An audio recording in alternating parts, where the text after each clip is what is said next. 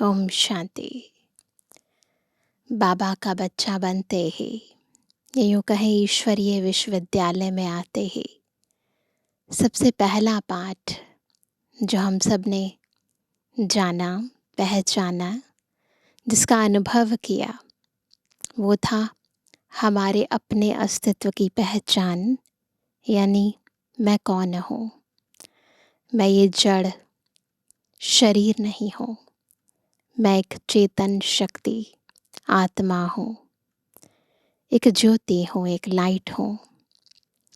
और यही पाठ जितना हम पक्का करते जाते हैं, उतना न केवल आत्मा के गुण, आत्मा की शक्तियाँ, अपितु आत्मा का परमात्मा के साथ जो योग है वो भी गहरा होता जाता है।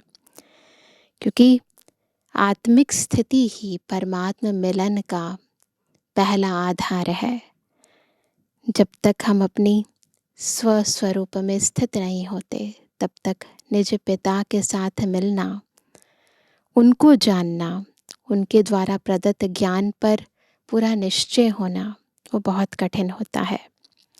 इसलिए आज की मुरली में बाबा हमारा ये पहला पाठ कि मैं आत्मा हूँ, इसे बहुत ही अच्छी तरह पक्का करा रहे हैं। सुनते हैं प्यारे बाबा के मधुर महावाक्य। आज है 23 तारीख, 23 जून 2025। बाबा के महावाक्य हैं, मीठे बच्चे। तुम्हारा पहला पहला शबक यानी पाठ है, मैं आत्मा हूँ, शरीर नहीं। आत्म अभिमानी होकर रहो तो बाप की याद रहेगी। प्रश्न है, तुम बच्चों के पास कौन सा गुप्त खजाना है जो मनुष्यों के पास नहीं है? उत्तर है, तुम्हें भगवान बाप पढ़ाते हैं। उस पढ़ाई की खुशी का गुप्त खजाना तुम्हारे पास है। तुम जानते हो, हम जो पढ़ रहे हैं भविष्य अमर लोक के लिए, न कि इस मृत्यु लोक के लिए। बाप कहते हैं, सवेरे सवेरे उठकर घूमो फिरो, सिर्फ पहला पहला पाठ याद करो तो खुशी का खजाना जमा होता जाएगा। तो इसीलिए अगर खुश रहना है, सर्व प्राप्तियों से संपन्न बनना है, तो उसके लिए भी पहला पहला पाठ हर रोज सुबह उठते ही पक्का करो। ओम शांति। बाप बच्चों से पूछते हैं, बच्चे आत्म अभिमानी हो बैठे हो? पूछ रहे हैं बाबा। अपने को आत्मा समझ बैठे हो? हम आत्माओं को परमात्मा बाप पढ़ा रहे हैं। कभी भी ये मत सोचो कि सामने कोई व्यक्ति पढ़ा रहा है, कोई बहन पढ़ा रही है। नहीं, स्मृति में रहे कि मुझ आत्मा को मेरा बाबा पढ़ा रहा है। बच्चों को यह स्मृति आई है, हम देह नहीं आत्मा है। बच्चों को देही अभिमानी बनाने के लिए ही मेहनत करनी पड़ती है। बच्चे आत्म अभिमानी रह नहीं सकते, घड़ी घड़ी देह अभिमान में आ जाते हैं। इसलिए बाबा पूछते हैं, आत्म अभिमानी हो रहते हो? आत्म अभिमानी होंगे तो बाप की याद आएगी। अगर देह अभिमानी होंगे तो लौकिक संबंधी याद आएंगे। अगर याद आ रही है ना दुनियावी लोगों की, तो समझ जाओ कि हम इस समय देह अभिमान में है या देह भान में है। पहले पहले यह शबक याद रखना पड़े, हम आत्मा है, ये पक्का करना है। मुझ आत्मा में ही 84 जन्मों का पाठ भरा हुआ है, यह पक्का करना है। हम आत्मा है, आधा कल्प तुम देह अभिमानी हो रहे हो। अभी सिर्फ संगम युग पर ही बच्चों को आत्म अभिमानी बनाया जाता है। अपने को देह समझने से बाप याद नहीं आएगा, इसलिए पहले पहले यह शबक यानी पाठ पक्का कर लो। हम आत्मा बेहद बाप के बच्चे हैं। याद रहे किसके बच्चे हैं। देह के बाप को याद करना कभी सिखलाया नहीं जाता है, ज़रूरत ही नहीं पड़ती है सिखाने की। अब बाप कहते हैं मुझ पारलौकिक बाप को याद करो, आत्म अभिमानी बनो। आत्मा के पिता को याद करना सिखाना पड़ता है ना, बार बार याद दिलाना पड़ता है। देह अभिमानी बनने से देह के संबंध याद आएंगे। अपने को आत्मा समझ और बाप को याद करो, यही मेहनत है। यह कौन समझा रहे हैं? हम आत्माओं का बाप, जिनको सब याद करते हैं। बाबा आओ, भक्ति में भी याद करते हैं ना परमपिता परमात्मा को कि आओ आकर इस दुख से लिबरेट करो। बच्चे जानते हैं इस पढ़ाई से हम भविष्य के लिए ऊंच पद पाते हैं। अभी तुम पुरुषोत्तम संगम युग पर हो। इस मृत्यु लोक में अब बिल्कुल रहना नहीं है। यह हमारी पढ़ाई है ही भविष्य 21 जन्म लिए। हम सतयुग अमर लोक के लिए पढ़ रहे हैं। अमर बाबा हमको ज्ञान सुना रहे हैं।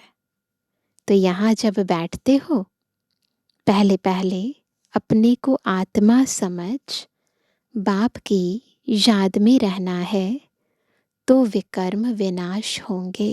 ये विधि है, नहीं तो विकर्म विनाश नहीं होंगे। हम अभी संगम युग पर हैं। बाबा हमको पुरुषोत्तम बना रहे हैं।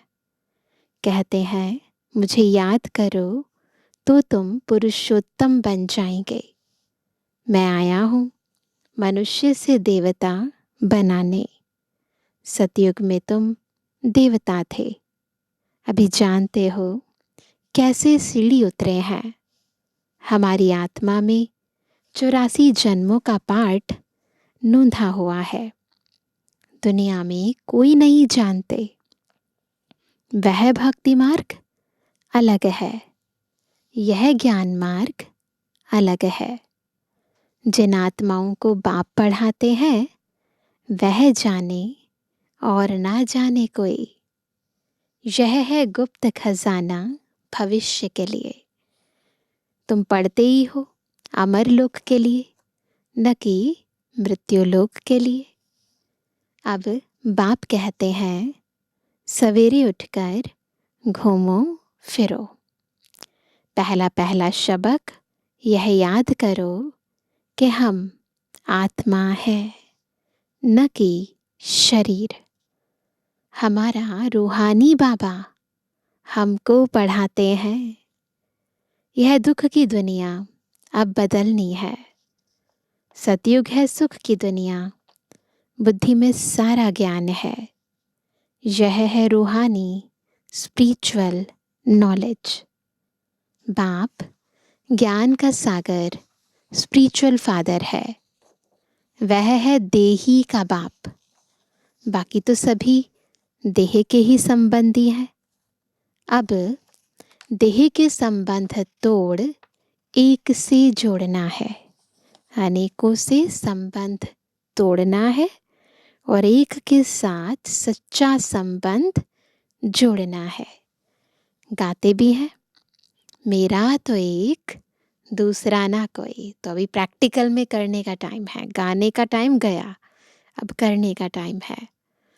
हम एक बाप को ही याद करते हैं, देह को भी याद नहीं करते।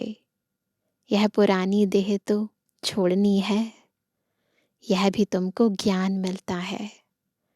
यह शरीर कैसे छोड़ना है, याद करते करते शरीर छोड़ देना है। इसलिए बाबा कहते हैं देही अभिमानी बनो। अंतमति सुगति होती है ना, तो पहले से ही प्रैक्टिस करनी है कि कैसे मुझ आत्मा को, इस देह को छोड़ना है। तो वह कहते देही अभिमानी बनो, अपने अंदर घोटते रहो।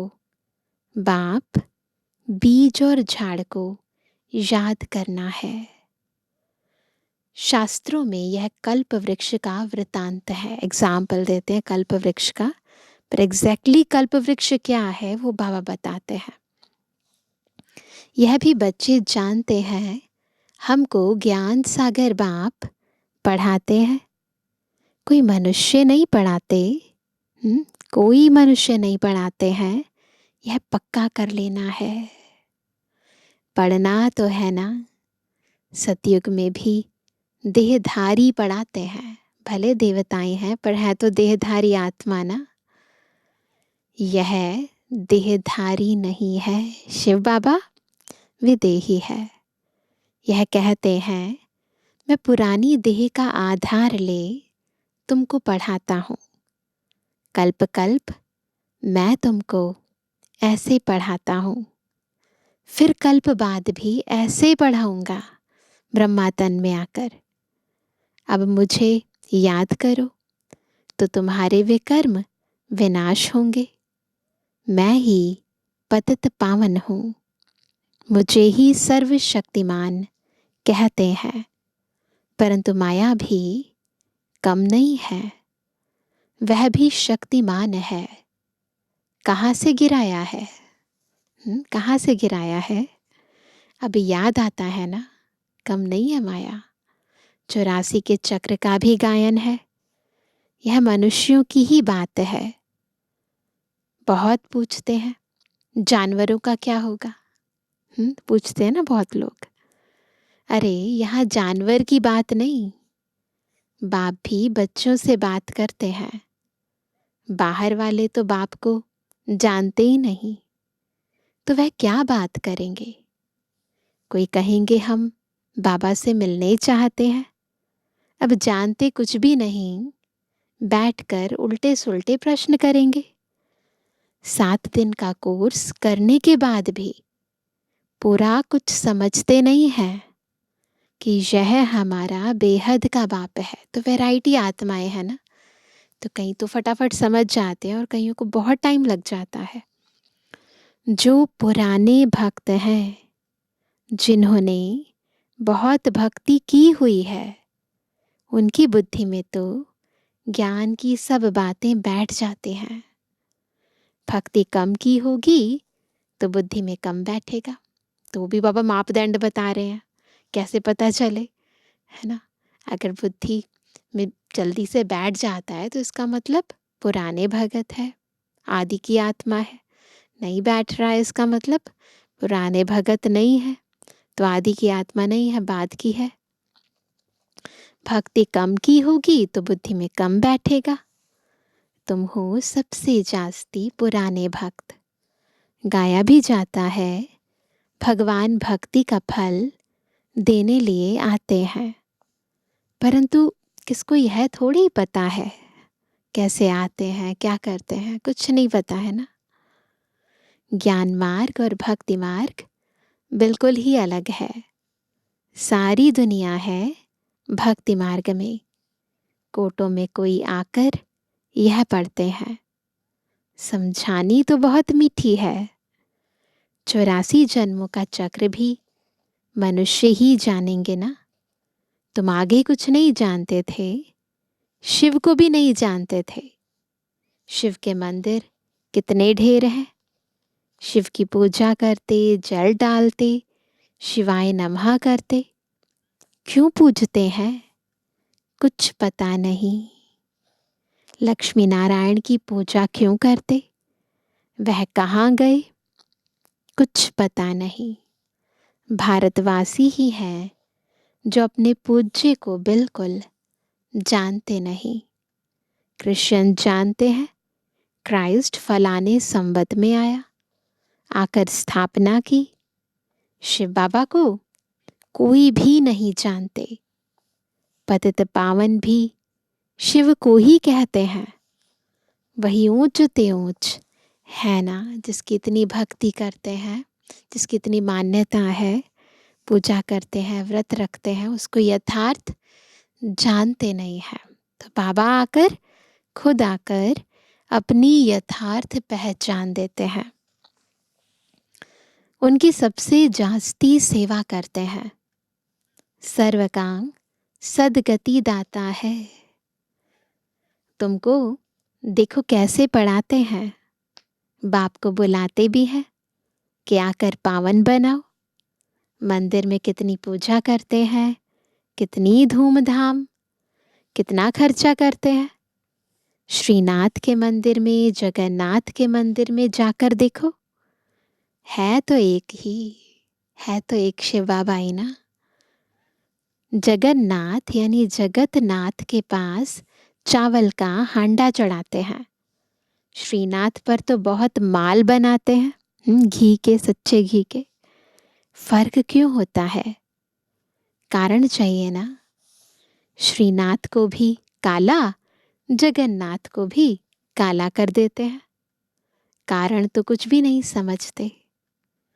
जगतनाथ लक्ष्मी नारायण को ही कहते हैं या राधे कृष्ण को कहेंगे? पूछ रहे हैं बाबा। राधे कृष्ण लक्ष्मी नारायण का संबंध क्या है, यह भी कोई नहीं जानते।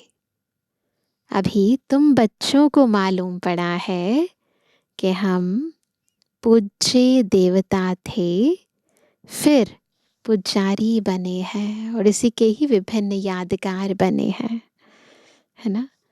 चक्र लगाया, अभी फिर देवता बनने के लिए हम पढ़ते हैं। यह कोई मनुष्य नहीं पढ़ाते हैं।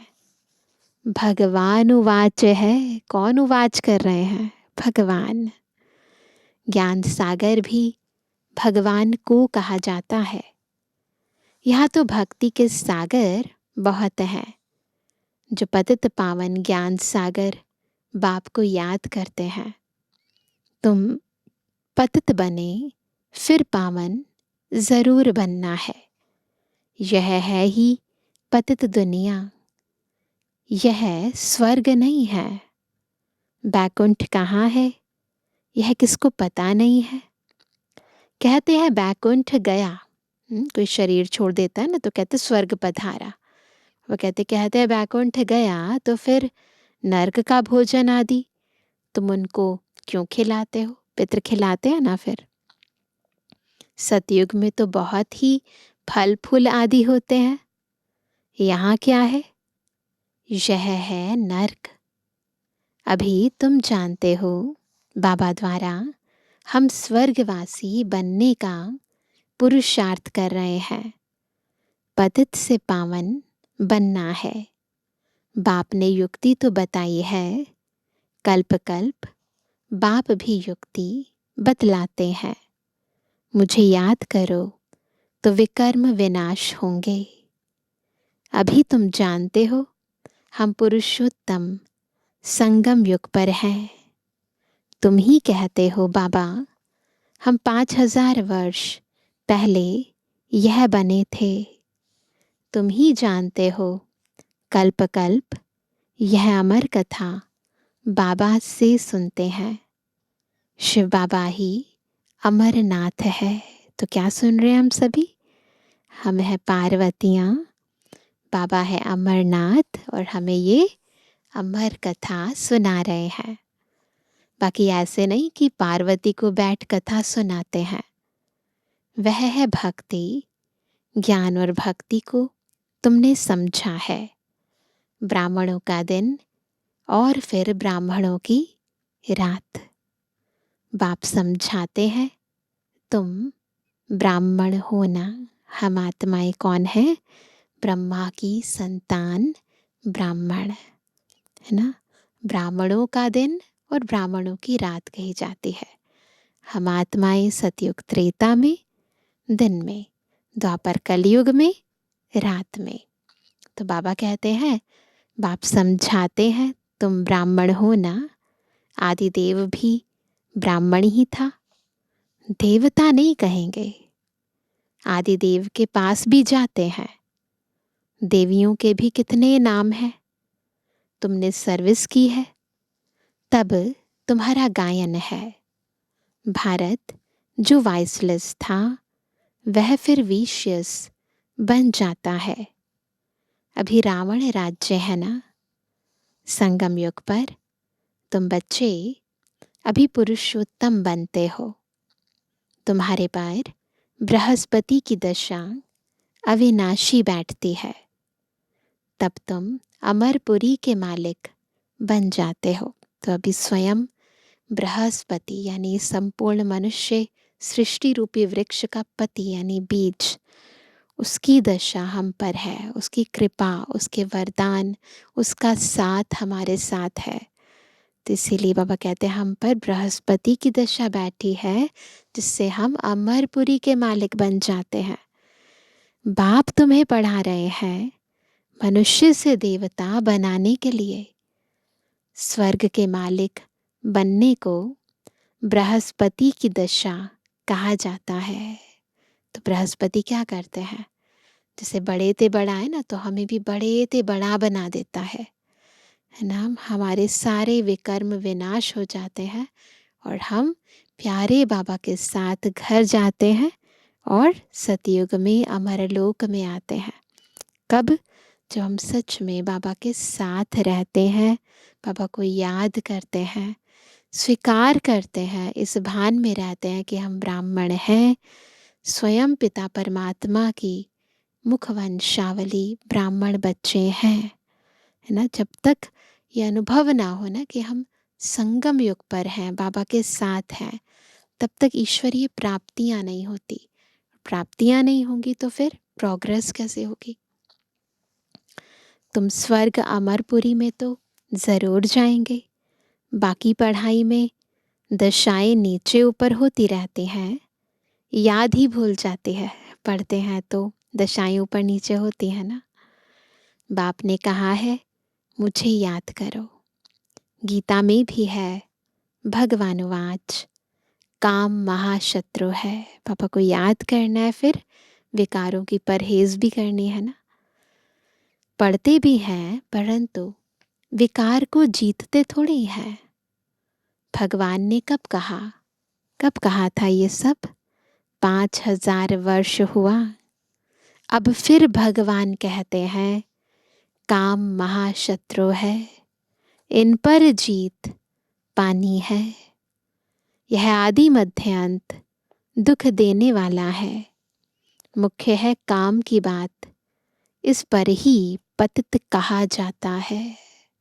जब कहते हैं ना पतित पावन आओ, तो जो पतित शब्द है ये विशेषता है, काम विकार के कारण है। आत्मा क्यों गिरी? काम विकार के कारण गिरी। अभी पता पड़ा है यह चक्र फिरता है, हम पतित बनते हैं, फिर बाप आकर पावन बनाते हैं ड्रामा अनुसार। बाबा बार बार कहते हैं पहले पहले अल्फ की बात याद करो। श्रीमत पर चलने से ही तुम श्रेष्ठ बनेंगे। यह भी तुम समझते हो, हम पहले श्रेष्ठ थे, फिर भ्रष्ट बने, अब फिर श्रेष्ठ बनने का पुरुषार्थ कर रहे हैं। दैवी गुण धारण करना है, किसको भी दुख नहीं देना है, सबको रास्ता बताते जाओ। बाप कहते हैं मुझे याद करो तो पाप कट जाए। पतित पावन तुम मुझे ही कहते हो ना। यह कोई को पता नहीं कि पतित पावन कैसे आकर पावन बनाते हैं। कल्प पहले भी बाप ने कहा था माम एकम याद करो। एक ही तरीका है पावन बनने का, बाबा की याद में रहो, बाबा को याद करो। यह योग अग्नि है, याद करते करते याद अग्नि रूप हो जाए, इतनी एकाग्र हो जाए जिससे पाप दग्ध होते हैं। खाद निकलने से, आत्मा में जो एलॉय है वो निकलने से आत्मा पवित्र बन जाती है। जैसे सोना होता है ना, उसे अग्नि में डालते हैं, खाद निकल जाती है, पवित्र बन जाता है। वैसे ही आत्मा भी सोने के समान पवित्र थी। एलॉय पड़ गई देह अभिमान के कारण। अब क्या करना है? योग अग्नि में मनुष्य आत्मा तपेगी, फिर एलॉय निकलेगी, खाद निकलेगी और आत्मा फिर से पवित्र बन जाएगी। खाद सोने में ही डालते हैं, फिर जेवर भी ऐसा बनता है। अभी तुम बच्चों को बाप ने समझाया है आत्मा में कैसे खाद पड़ी है, उनको निकालना है। बाप का भी ड्रामा में पार्ट है, जो तुम बच्चों को आकर देही अभिमानी बनाते हैं। मुख्य पार्ट है बाबा का। बिल्कुल बच्चों को पतित से पावन, देह भान से देही अभिमानी, है ना, कलयुग से सतयुगी बना देते हैं, मनुष्य से देवता बना देते हैं। पवित्र भी बनना है।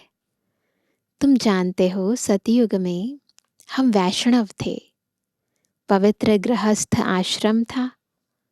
अभी हम पवित्र बन और विष्णुपुरी के मालिक बनते हैं। तुम डबल वैष्णव बनते हो। सच्चे सच्चे वैष्णव तुम हो, डबल पवित्र है ना। वह है विकारी वैष्णव धर्म के, तुम हो निर्विकारी वैष्णव धर्म के। अभी एक तो बाप को याद करना है। क्या करेंगे? सबसे पहले बाबा को पक्की तरह, पहले आत्मिक स्थिति, फिर बाबा की याद। तो अभी एक तो बाप को याद करते हो और नॉलेज जो बाप में है वह तुम धारण करते हो। दो ही मुख्य सब्जेक्ट है, ज्ञान और योग, है ना। तो जितना याद करते हैं उतने ज्ञान की फिर धारणा होती है, और जब ज्ञान जीवन में धारण हो जाता है तो सेवा जो चौथा सब्जेक्ट अपने आप होने लगते हैं। तुम राजाओं का राजा बनते हो। फिर क्या होगा, है ना, जब ज्ञान धारण हो जाएगा, योगी तो आत्मा, ज्ञानी तो आत्मा बन जाएंगे, तो फिर हमारी कर्म इंद्रियों पर पूरा नियंत्रण हो जाएगा। स्वराज्य अधिकारी बन जाएंगे, राजाओं का राजा बन जाएंगे। वह राजाएं बनते हैं अल्पकाल, एक जन्म के लिए। तुम्हारी राजाई है 21 पीढ़ी, अर्थात फुल एज पास करते हो। पीढ़ी यानी पूरी एज। अचानक मृत्यु नहीं होती है वहाँ, कब अकाले मृत्यु नहीं होगा। तुम काल पर जीत पाते हो। समय जब होता है तो समझते हो अब यह पुरानी खल छोड़ नहीं लेनी है। ऑटोमेटिकली आत्मा को पता चल जाता है जब टाइम होने वाला होता है ना शरीर छोड़ने का। तुमको साक्षात्कार होगा। खुशी के बाजे बजते रहते हैं। जैसे नया कपड़ा मिलता है तो बच्चे खुश हो जाते हैं ना, बड़े भी खुश हो जाते हैं। ऐसे ही आत्मा को ये लगेगा, हाँ अभी ये पुराना हो गया है शरीर, ये वस्त्र पुराना हो गया और अब मुझे ये नया वस्त्र धारण करना है, तो खुशी होगी। तो बाबा कहते हैं तमु प्रधान शरीर को छोड़ सतु प्रधान शरीर लेना, यह तो खुशी की बात है। वहाँ 150 वर्ष आयु एवरेज रहती है, यहाँ तो अकाले मृत्यु होती रहती है, क्योंकि भोगी हैं। जिन बच्चों का योग यथार्थ है उनकी सर्व कर्मेंद्रियां योग बल से वश में होंगी। योग में पूरा रहने से कर्मेंद्रियां शीतल हो जाती हैं। सतयुग में तुमको कोई भी कर्मेंद्रियां धोखा नहीं देती हैं। कभी ऐसे नहीं कहेंगे कि कर्मेंद्रियां वश में नहीं है, ऐसे नहीं कहेंगे गलती से बोल दिया, गलती से देख लिया, कभी नहीं कहेंगे। तुम बहुत ऊंच ते ऊंच पद पाते हो। इनको कहा जाता है बृहस्पति की अविनाशी दशा। वृक्षपति मनुष्य सृष्टि का बीज रूप है बाप। बीज है ऊपर में उनको याद भी कहाँ करते हैं? ऊपर में करते हैं। आत्मा बाप को याद करती है। कहते ना, ऊंचा तेरा नाम ऊंचा तेरा धाम। अपने आप बुद्धि ऊपर चली जाती है, कहते भी ऊपर वाला जाने। तो बाबा कहते हैं, तुम बच्चे जानते हो बेहद का बाप हमको पढ़ाते हैं, वह आते ही एक बार है अमर कथा सुनाने। अमर कथा कहो, सत्यनारायण की कथा कहो, उस कथा का भी अर्थ नहीं समझते हैं। सत्यनारायण की कथा से नर से नारायण बनते हैं, अमर कथा से तुम अमर बनते हो। तो है तो दोनों कथा यही ना। बाबा हर एक बात क्लियर कर समझाते हैं। अच्छा मीठे मीठे कहते जन्मानी बच्चों पे जुबानी बाप दादा का दिल में जान सको प्रेम से नंबरवार पुरुषार्थ अनुसार याद कर। रूहानी बच्चों की रूहानी बाप दादा को गुड मॉर्निंग, नमस्ते नमस्ते नमस्ते। धारणा के लिए मुख्य सार। पहला, योग बल से अपनी सर्व कर्म इंद्रियों को वश में करना है। एक, वृक्षपति बाप की याद में रहना है। सच्चा वैष्णव अर्थात पवित्र बनना है। दूसरा, सवेरे उठकर पहला पाठ पक्का करना है कि मैं आत्मा हूँ, शरीर नहीं। हमारा रूहानी बाबा हमको पढ़ाते हैं, यह दुख की दुनिया अब बदलनी है। ऐसे बुद्धि में सारा ज्ञान सिमरण होता रहे। वरदान है, हर खजाने को कार्य में लगाकर पद्मों की कमाई जमा करने वाले पद्मा पदम भाग्यशाली भव। कैसे बनेंगे पद्मा पदम भाग्यशाली?